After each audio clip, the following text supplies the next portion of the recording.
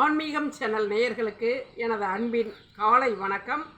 அடியேன் இப்பொழுது நின்று கொண்டிருக்கின்ற இடம் நாகர்கோவில். குருவாயூரிலிருந்து சென்னை போகக்கூடிய எக்ஸ்பிரஸில் திருச்சிராப்பள்ளி இறங்குவதற்காக I am standing here in the railway station. Then இன்றைக்கி பார்க்க போகிற விஷயம் என்னென்னா, இந்திரனுக்கு ஏன் உடல் முழுவதும் தோல் நோய் ஏற்பட்டு மிகவும் விகாரமாக மாறினார் என்பதுதான் இன்றைய கேள்வி. அதற்கு இந்திரன் என்ன பண்ணார்னா, கௌதம முனிவர் என்ற முனிவருக்கு ஒரு மனைவி, அதாவது எல்லோருக்கும் ஒரு மனைவி தான். மனைவியினுடைய நேம் அகலிகை.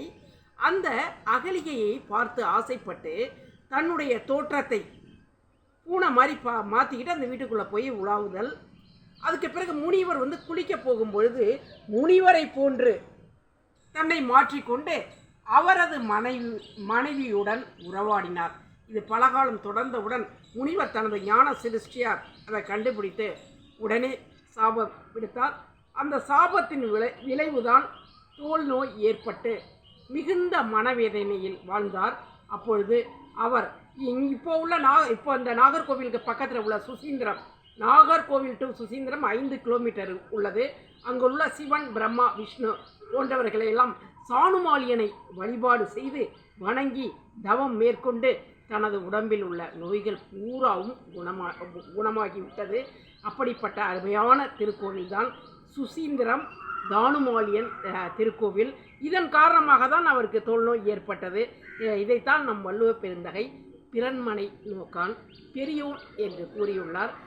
இதை பார்க்கிறவர்கள் ஒரு லைக்கு, ஷேரு, சப்ஸ்கிரைப் பண்ணணும். நன்றி. Take this side.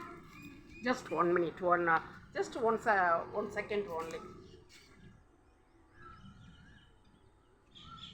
The Nagarkovil mountain and land, very natural. Nagarkovil is very natural and beautiful, I think. Thank you.